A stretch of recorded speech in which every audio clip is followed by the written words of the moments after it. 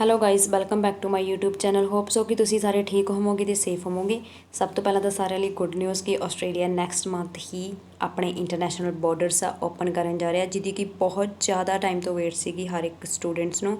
So next month ਹੀ Australia ਆਪਣੇ borders ਨੇ ਜਿਹੜੇ ਓਪਨ ਕਰਨ ਜਾ ਰਿਹਾ। ਸੋ ਕੌਣ ਕਿੱਦਾਂ ਟਰੈਵਲ ਕਰ ਸਕੇਗਾ ਆਸਟ੍ਰੇਲੀਆ ਦੇ ਵਿੱਚ ਅਤੇ ਕੌਣ ਟਰੈਵਲ ਕਰ ਸਕਣਗੇ, ਕਿਹੜੀ ਕੰਟਰੀ ਟਰੈਵਲ ਕਰ ਸਕੇਗੀ, ਤਾਂ ਚਲੋ ਤੁਹਾਨੂੰ ਆਪਾਂ ਜਾਣਕਾਰੀ ਦਿੰਦੇ ਹਾਂ।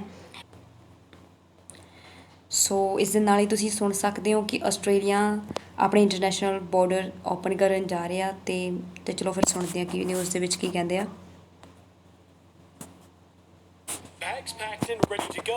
Soon you could be too. It's time to give Australians their lives back. The Prime Minister quarantining at the Lodge, unveiling his latest plan to allow Australians to fly out and more to fly home. It's been really tough. Nathan Booth hasn't seen his parents in Brisbane for 3 years. He's been told his father does not have long to live. I would definitely like to see my parents again. It would mean a lot. And a homecoming might not be too far away. And Australia will be ready for takeoff very soon. Under the plan, once 80% of the state's population is vaccinated, Australians from there who have been double dosed could leave the country. There won't be travel bubbles or traffic light systems. Or jab could allow quarantine at home or even an Airbnb for 7 days rather than in a hotel for 14. That's if states come on board. And we're going to be open, not just for business, we're going to be open to the world. Sydney appears set to do that first, New South Wales leading the race to 80%. Victoria's past 50%, so too South Australia. Queensland and Western Australia are back in the field and setting more conditions on resuming international travel. We need to make sure we get the people vaccinated and the hospitals prepared. The question is, well, how can you go to Bali or Fiji, but you can't go to Queensland? Airlines are opening the hangars. The Flying Kangaroo set for departure on November 14 to London and Los Angeles. The tourism industry, largely grounded, will have to wait a little longer. The focus on arrivals will be returning Australians and permanent residents. The industry's been losing. ਸੋ ਤੁਸੀਂ ਸੁਣੀ ਲਿਆ news ਦੇ ਵਿੱਚ ਕਿ ਜਿਹੜਾ next month ਜਿਹੜੇ permanent residents ਨੇ plus ਜਿਹੜੇ ਸਿਟੀਜ਼ਨਸ ਨੇ ਉੱਥੋਂ ਦੇ, ਉਹ ਨੈਕਸਟ ਮੰਥ ਆ ਜਿਹੜਾ ਟਰੈਵਲ ਕਰ ਸਕਣਗੇ, ਕੰਟਰੀ ਦੇ ਵਿੱਚ ਐਂਟਰ ਹੋ ਸਕਣਗੇ ਪਲੱਸ ਕੰਟਰੀ ਨੂੰ ਲੀਵ ਕਰ ਸਕਣਗੇ। ਸੋ ਉਹ ਕਹਿ ਰਿਹਾ ਕਿ ਇਹ ਟਾਈਮ ਆਗਾ ਆਸਟ੍ਰੇਲੀਅਨਸ ਦੇ ਲਈ ਕਿ ਉਹ ਆਪਣੀ ਲਾਈਫ ਨੂੰ ਈਜ਼ਲੀ ਜੀਣ ਜਿੱਦਾਂ ਉਹ ਪਹਿਲਾਂ ਜੀਂਦੇ ਸੀਗੇ ਬਿਫੋਰ ਕੋਵਿਡ-19 ਤੋਂ। ਸੋ ਉਸਦੇ ਨਾਲ ਹੀ ਉਹ ਕਹਿ ਰਿਹਾ ਕਿ ਜਿਹੜਾ ਆਸਟ੍ਰੇਲੀਆ ਉਹ ਫੇਸ ਸੀ ਦੇ ਵੱਲ ਮੂਵ ਹੋ ਰਿਹਾ, ਜਿੱਦਾਂ ਕਿ ਉਹਨਾਂ ਨੇ ਨੈਸ਼ਨਲ ਪਲਾਨ ਬਣਾਇਆ ਸੀਗਾ, ਉਹਦੇ ਵਿੱਚ 4 ਫੇਜ਼ ਸੀਗੇ ABCD ਔਰ D। ਸੋ C ਫੇਜ਼ ਦੇ ਵਿੱਚ ਸੀਗਾ ਜਦੋਂ ਉਹਨਾਂ ਦੀ 80% 70% ਜਿਹੜੀ ਆ ਪੋਪੂਲੇਸ਼ਨ ਆ ਵੈਕਸੀਨੇਟਡ ਹੋਊਗੀ ਤਾਂ ਉਹ ਇੰਟਰਨੈਸ਼ਨਲ ਬੋਰਡਰਸ ਨੇ ਜਿਹੜੇ ਓਪਨ ਕਰ ਦੇਣਗੇ। ਸੋ ਉਹ ਫੇਜ਼ C ਦੇ ਵੱਲ ਮੂਵ ਹੋ ਰਹੇ ਨੇ। ਜਦੋਂ ਹੀ ਉਹਨਾਂ ਦੀ 80% ਵੈਕਸੀਨੇਸ਼ਨ ਆ ਜਿਹੜੀ ਕੰਪਲੀਟ ਹੋ ਗਈ, ਉਹ ਆਪਣੇ ਬਾਰਡਰਸ ਹਰ ਇੱਕ ਲਈ ਓਪਨ ਕਰ ਦੇਣਗੇ, ਉਹ ਬੇਸ਼ੱਕ ਕੋਈ ਇੰਟਰਨੈਸ਼ਨਲ ਸਟੂਡੈਂਟ ਆ ਜਾਂ ਫਿਰ ਕੋਈ ਵੀ ਆ।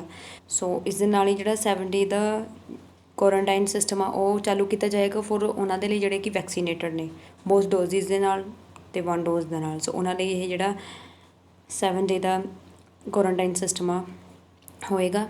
ਇਸ ਦੇ ਨਾਲ ਹੀ ਤੁਸੀਂ ਦੇਖ ਸਕਦੇ ਹੋ ਕਿ caps will remain for non vaccinated and there will be unmanaged quarantine process for the 14 days.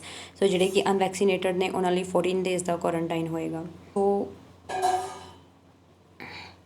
So how many people have been vaccinated, ਤੁਸੀਂ ਦੇਖ ਸਕਦੇ ਹੋ ਆਸਟ੍ਰੇਲੀਆ ਦੇ ਵਿੱਚ ਡੋਜ਼ 1 ਦੇ ਨਾਲ 78% ਲੋਕ ਨੇ ਜਿਹੜੇ ਵੈਕਸੀਨੇਟਡ ਹੋ ਚੁੱਕੇ ਨੇ। ਅਤੇ ਗੱਲ ਕਰੀਏ ਬੋਥ ਡੋਜ਼ਿਸ ਦੇ ਨਾਲ ਅਤੇ 55% ਲੋਕ ਨੇ ਜਿਹੜੇ ਵੈਕਸੀਨੇਟਡ ਹੋ ਚੁੱਕੇ ਨੇ।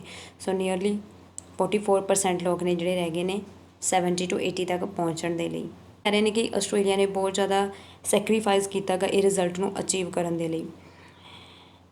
ਸੋ ਉਹ ਕਹਿ ਰਹੇ ਨੇ ਕਿ ਅਸੀਂ ਆਪਣੇ ਜਿਹੜੀ ਹੈ ਲਾਈਫ ਨੂੰ ਬਚਾਉਣ ਲਈ ਬਹੁਤ ਸਾਰੇ ਕਦਮ ਉਠਾਏ। ਸੋ ਨਵੰਬਰ 14 ਤੋਂ ਜਿਹੜੀਆਂ ਇੰਟਰਨੈਸ਼ਨਲ ਫਲਾਈਟਸ ਨੇ ਉਹ ਰੀਸਟਾਰਟ ਕਰ ਦਿੱਤੀਆਂ ਜਾਣਗੀਆਂ। So what are the details on the national plan for travel? In a media release issued before he spoke today, Mr. Morrison said large part of the country would be moved to phase B and phase C, the national plan, the letter on the while the permit international travel. So international travel ਹੈ ਜਿਹੜਾ phase C ਦੇ ਵਿੱਚ open ਹੋਣ ਜਾ ਰਿਹਾ। ਸੋ ਇਹਦੇ ਵਿੱਚ ਉਹਨਾਂ ਨੇ ਕੀ ਜਿਹੜੀਆਂ ਉਹ ਹੋਣਗੀਆਂ। ਸੋ 7 days ਦਾ home quarantine for Australian citizen and permanent residents ਦੇ ਵਾਸਤੇ ਹੋਏਗਾ ਜਿਹੜੇ ਕਿ ਫੁੱਲੀ ਵੈਕਸੀਨੇਟਡ ਹੋਣਗੇ with the vaccine approved for use in Australia. So ਜਿਹੜੀਆਂ ਵੈਕਸੀਨਸ ਨੇ ਜਿਹੜੀਆਂ ਆਸਟ੍ਰੇਲੀਆ ਵੱਲੋਂ ਅਪਰੂਵਡ ਕੀਤੀਆਂ ਜਾਣਗੀਆਂ ਜੋ ਉਹਦੇ ਨਾਲ ਫੁੱਲੀ ਵੈਕਸੀਨੇਟਡ ਹੋਣਗੇ ਬੋਥ ਡੋਜ਼ਿਸ ਦੇ ਨਾਲ, ਤਾਂ ਉਹਨਾਂ ਨੂੰ 7 day ਕੁਆਰੰਟਾਈਨ ਕੀਤਾ ਜਾਏਗਾ ਹੋਮ ਦੇ ਵਿੱਚ। ਤੇ ਇਸ ਦੇ ਨਾਲ ਹੀ 14 days manage quarantine for anyone not vaccinated or vaccinated with vaccine not approved or recognised by the TGA। So 14 days ਦਾ ਕੁਆਰੰਟਾਈਨ ਹੋਏਗਾ ਉਹਨਾਂ ਲਈ ਜਿਹੜੇ ਕਿ ਵੈਕਸੀਨੇਟਡ ਨਹੀਂ ਆ ਜਾਂ ਫਿਰ ਵੈਕਸੀਨੇਟਡ ਆ ਬਟ ਉਹ ਵੈਕਸੀਨ ਆ ਜਿਹੜੀ ਅਪਰੂਵਡ ਨਹੀਂ ਆ ਆਸਟ੍ਰੇਲੀਆ ਦੇ ਵਿੱਚ, ਸੋ ਉਹਨਾਂ ਲਈ 14 ਦਿਨ ਦਾ ਕੁਆਰੰਟਾਈਨ ਹੋਏਗਾ। So there will be no restriction on which countries will open for travel. So ਉਹਨਾਂ ਨੇ ਕੋਈ ਵੀ ਰਿਸਟ੍ਰਿਕਸ਼ਨ ਨਹੀਂ ਰੱਖੀ ਕਿ ਕਿਹੜੀ ਕੰਟਰੀ ਲਈ ਓਪਨ ਕੀਤਾ ਜਾ ਰਿਹਾ। ਸੋ ਮੇ ਬੀ ਆਲਮੋਸਟ ਸਾਰੀਆਂ ਕੰਟਰੀਜ਼ ਲਈ ਓਪਨ ਕੀਤਾ ਜਾਏਗਾ। Mister Morrison said Australia would be working towards completely quarantine free travel for countries such as New Zealand. So ਇਸ ਦੇ ਨਾਲ ਹੀ ਉਹ ਕਹਿ ਰਹੇ ਨੇ Australians who want to travel overseas once restrictions are removed will be able to access an international recognised proof of vaccination document that will be available in the coming weeks। ਸੋ ਜਿਹੜੇ Australians ਨੇ travel ਕਰਨਾ ਚਾਹੁੰਦੇ ਨੇ Overseas ਉਹਨਾਂ ਦੇ ਲਈ ਜਿਹੜਾ ਇੱਕ ਪਾਸਪੋਰਟ ਆ, ਜਿਹੜਾ ਵੈਕਸੀਨੇਸ਼ਨ ਪਾਸਪੋਰਟ ਆ ਕਮਿੰਗ ਵੀਕਸ ਦੇ ਲਈ, ਕਮਿੰਗ ਵੀਕਸ ਦੇ ਵਿੱਚ ਹੀ ਜਿਹੜਾ ਦੇ ਦਿੱਤਾ ਜਾਏਗਾ ਉਹਨਾਂ ਨੂੰ। ਇਸ ਦੇ ਨਾਲ ਹੀ ਗੱਲ ਕਰਦੇ ਹਾਂ ਫੋਰਵਰਡ ਸਟੈਪ ਫॉर ਇੰਟਰਨੈਸ਼ਨਲ ਅਰਾਈਵਲਸ। ਉਹ ਪੀਪਲ ਜਿਹੜੇ ਕਿ ਆਸਟ੍ਰੇਲੀਆ ਦੇ ਵਿੱਚ ਪਹੁੰਚਣਗੇ ਡਿਫਰੈਂਟ ਕੰਟਰੀਜ਼ ਤੋਂ, ਉਹਨਾਂ ਦੇ ਲਈ ਕੀ ਰੋਲ ਨੇ। ਉਹ ਕਹਿੰਦੇ ਨੇ ਇੱਕ ਕੋਵੀਸ਼ੀਲਡ ਤੇ ਵੈਕਸੀਨ ਹੈ ਜਿਹੜੀ ਉਹਨਾਂ ਨੇ ਲਾਂਚ ਜਿਹੜੀ ਆ ਅਪਰੂਵਡ ਕੀਤੀ ਆ ਕਿ ਕੋਵੀਸ਼ੀਲਡ ਆ ਉਹ ਆਸਟ੍ਰੇਲੀਆ ਦੇ ਵਿੱਚ ਅਪਰੂਵਡ ਆ। ਕੋਵੀਸ਼ੀਲਡ ਵੈਕਸੀਨ ਲਵਾਈ ਆ ਉਹ ਆਸਟ੍ਰੇਲੀਆ ਦੇ ਵਿੱਚ ਈਜ਼ਲੀ ਐਂਟਰ ਹੋ ਸਕਣਗੇ। The prime minister said the advice would have an impact on industry that relied on skilled migrant as well as universities with the vaccine widely used in China and India. So prime minister ਕਹਿ ਰਹੇ ਨੇ ਕਿ ਜਿਹੜੀ Covishield ਆ ਗਈ ਉਹ ਸਭ vaccine ਆ ਸਭ ਤੋਂ ਵੱਧ ਜਿਹੜੀ ਚਾਈਨਾ ਦੇ ਵਿੱਚ ਇੰਡੀਆ ਦੇ ਵਿੱਚ ਯੂਜ਼ਡ ਕੀਤੀ ਜਾ ਰਹੀ ਆ। ਸੋ ਉਹਨਾਂ ਨੇ ਇਹ ਐਡ ਕੀਤੀ ਹੈ ਕਿ ਆਪਣੇ ਇੰਟਰਨੈਸ਼ਨਲ ਟਰੈਵਲ ਦੇ ਵਿੱਚ ਕਿ ਉਹ ਜਿਨ੍ਹਾਂ ਨੇ ਕੋਵੀਸ਼ੀਲਡ ਵੈਕਸੀਨ ਆ ਜਿਹੜੀ ਯੂਜ਼ ਕੀਤੀ ਹੋਏਗੀ ਉਹਨਾਂ ਨੂੰ ਅਪਰੂਵਡ ਕੀਤਾ ਜਾਏਗਾ ਆਸਟ੍ਰੇਲੀਆ ਦੇ ਵਿੱਚ, ਕੋਈ ਮੰਨਿਆ ਜਾਏਗਾ ਕਿ ਉਹ ਵੈਕਸੀਨੇਟਡ ਨੇ। Mister Morrison also said there would be no red light green light travel policy for Australia. So Australia ਉਸ ਦੇ ਨਾਲ ਹੀ ਉਹ ਕਹਿ ਰਹੇ ਨੇ ਕਿ ਆਸਟ੍ਰੇਲੀਆ ਦੇ ਲਈ ਕੋਈ ਵੀ red light green light travel policy ਨਹੀਂ ਹੈਗੀ ਕਿਸੇ ਵੀ ਕੰਟਰੀ ਦੇ ਲਈ। It's international flights to November 14, 2021 after the federal government decision. ਸਭ ਤੋਂ ਪਹਿਲਾਂ ਜਿਹੜਾ ਇੰਟਰਨੈਸ਼ਨਲ ਏਅਰਪੋਰਟ ਓਪਨ ਹੋਏਗਾ ਉਹ ਸਿਡਨੀ ਦਾ ਹੋਏਗਾ, ਉਸ ਤੋਂ ਬਾਅਦ ਨੇ ਜਿਹੜੇ ਬਾਕੀ ਇੰਟਰਨੈਸ਼ਨਲ ਏਅਰਪੋਰਟਸ ਨੇ ਜਿਹੜੇ ਓਪਨ ਹੋਣਗੇ। ਇਸ ਦੇ ਨਾਲ ਤੁਸੀਂ ਹੋਰ ਵੀ ਇਨਫੋਰਮੇਸ਼ਨ ਜਿਹੜੀ ਇਹਦੇ ਵਿੱਚ ਪੜ੍ਹ ਸਕਦੇ ਹੋ ਕੁਆਂਟਸ ਬਾਰੇ ਜਿਹੜੀ ਉਹਨਾਂ ਨੇ ਕਿਹਾ। ਸੋ ਇਸ ਦੇ ਨਾਲ ਹੀ ਕੁਆਂਟਸ ਦੇ CEO ਨੇ ਜਿਹੜੇ ਉਹ ਕਹਿ ਰਹੇ ਨੇ ਕਿ ਉਹ ਵੈਲਕਮ ਕਰਦੇ ਨੇ ਫੈਡਰਲ ਗੌਰਮੈਂਟ ਦੇ ਡਿਸੀਜ਼ਨ ਦਾ ਜਿਹੜਾ ਕਿ ਉਹਨਾਂ ਨੇ ਲਿਆ ਗਾ। ਸੋ ਨਿਊ ਸਾਊਥ ਵੇਲਸ ਦੇ ਵਿੱਚ ਜਿਹੜੀ ਗੌਰਮੈਂਟ ਆ ਫੈਸਿਲਿਟੀਜ਼ ਦੇਗੀ ਹੋਮ ਕੁਆਰੰਟਾਈਨਸ ਦੀਆਂ। ਸੋ ਇਹ ਬਹੁਤ ਵਧੀਆ ਆਪਸ਼ਨ ਆ ਕਿਉਂਕਿ ਇਹਦੇ ਨਾਲ ਜਿਹੜਾ ਲੋਕਾਂ ਦੇ ਉੱਪਰ ਬੋਝ ਨਹੀਂ ਪਏਗਾ ਹੋਟਲ ਦਾ। ਹੋਟਲ ਦੇ ਵਿੱਚ ਜਿਹੜਾ ਆਪਾਂ ਪੇ ਕਰਾਂਗੇ ਉਹ ਜ਼ਿਆਦਾ ਹੋ ਜਾਏਗਾ। So home quarantine is the best option. So ਅੱਜ ਦੀ ਇਨਫੋਰਮੇਸ਼ਨ ਇਹੀ ਸੀ ਕਿ ਹੋਪ ਸੋ ਕਿ ਤੁਹਾਨੂੰ ਸਾਰਿਆਂ ਨੂੰ ਇਨਫੋਰਮੇਸ਼ਨ ਬਹੁਤ ਵਧੀਆ ਲੱਗੀ ਹੋਏਗੀ।